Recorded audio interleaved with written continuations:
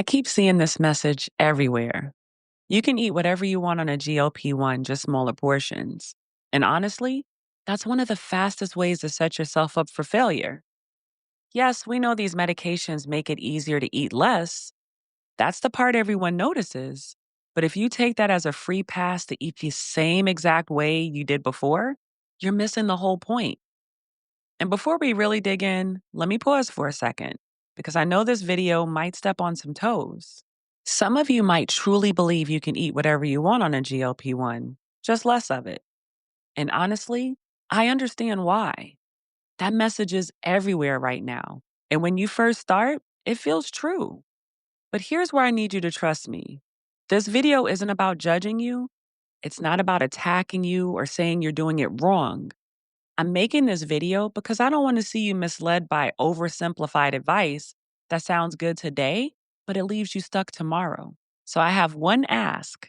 Watch this all the way through before you comment or hit dislike. You might hear something in here that changes the way that you see your journey.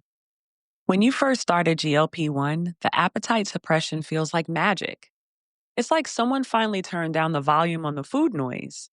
Suddenly, you're eating half the burger instead of the whole thing, or you're skipping dessert without even thinking about it. And the scale starts to move. So, in that moment, it feels like the advice was right. See, I can eat whatever I want, just less of it. But here's the catch: turning down the volume doesn't change the channel.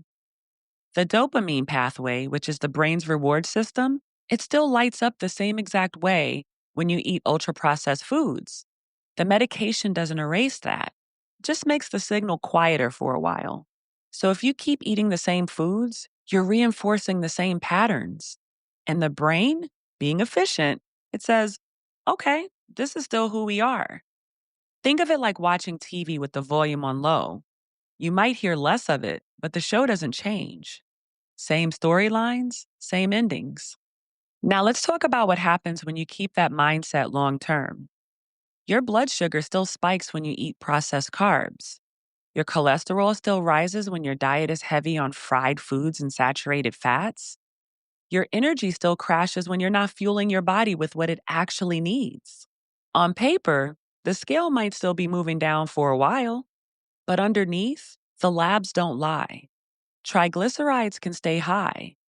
HDL, which is the good cholesterol, can stay low, and A1C might not improve as much as it could.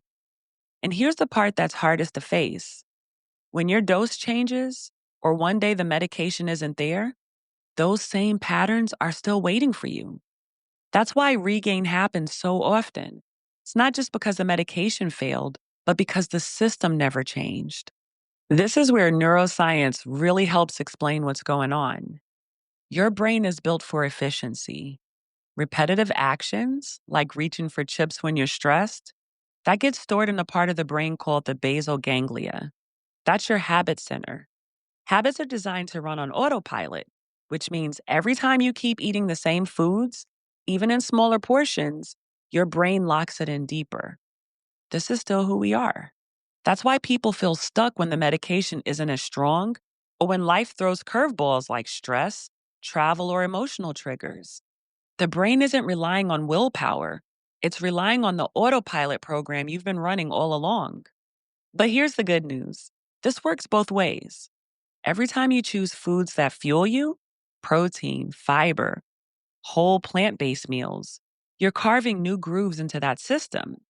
And the GLP-1 gives you breathing room to actually practice those new choices without fighting overwhelming cravings. That's the opportunity too many people miss. Let's zoom in even deeper. GLP-1s naturally improve insulin sensitivity. That means your body processes blood sugar more effectively, which is huge if you've been dealing with prediabetes or type 2 diabetes. But here's the thing. If you keep eating mostly high sugar, processed foods, you're working against that benefit. It's like driving with one foot on the gas and the other on the brake. You're not going to get very far. And another piece that doesn't get talked about enough: muscle. If you're only eating less of the same foods, chances are you're not getting enough protein or nutrients. And that puts you at risk of losing lean muscle mass instead of just fat. Why does that matter? Muscle is what keeps your metabolism running. It's what helps you burn more calories at rest, it supports your joints, and it's what keeps you strong as you age. Without protecting muscle, you might look lighter on the scale, but your body composition and long term health, they take a hit. This is where strength training and mindful nutrition come in. And trust me, I've seen this in my own journey.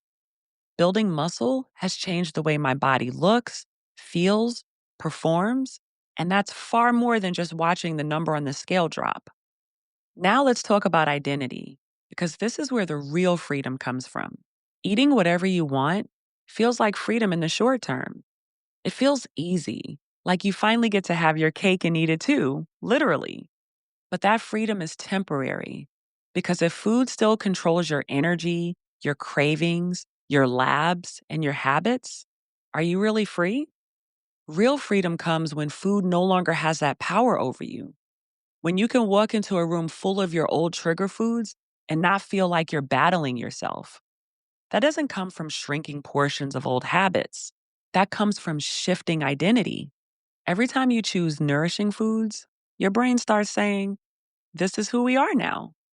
And the more often you do that, the easier it becomes. That's the shift that carries you forward when the medication isn't there to do the heavy lifting. So here's the mindset shift. Stop thinking, I can eat whatever I want, just less. Start thinking, I have the chance to eat what actually fuels me, and it's finally easier to choose it. And this doesn't mean going from zero to perfect overnight. It can be as simple as adding a protein source at breakfast so you feel steady all morning, choosing fiber rich foods that keep you fuller longer and support gut health, swapping one meal a day for something nutrient dense, using the quiet hunger signals to really notice, wow, I feel better when I eat this way. These aren't just diet swaps, they're brain rewiring moments. Every choice is a step closer to the healthier version of you. If you're a visual learner, let's picture it like two paths. Eat whatever you want path.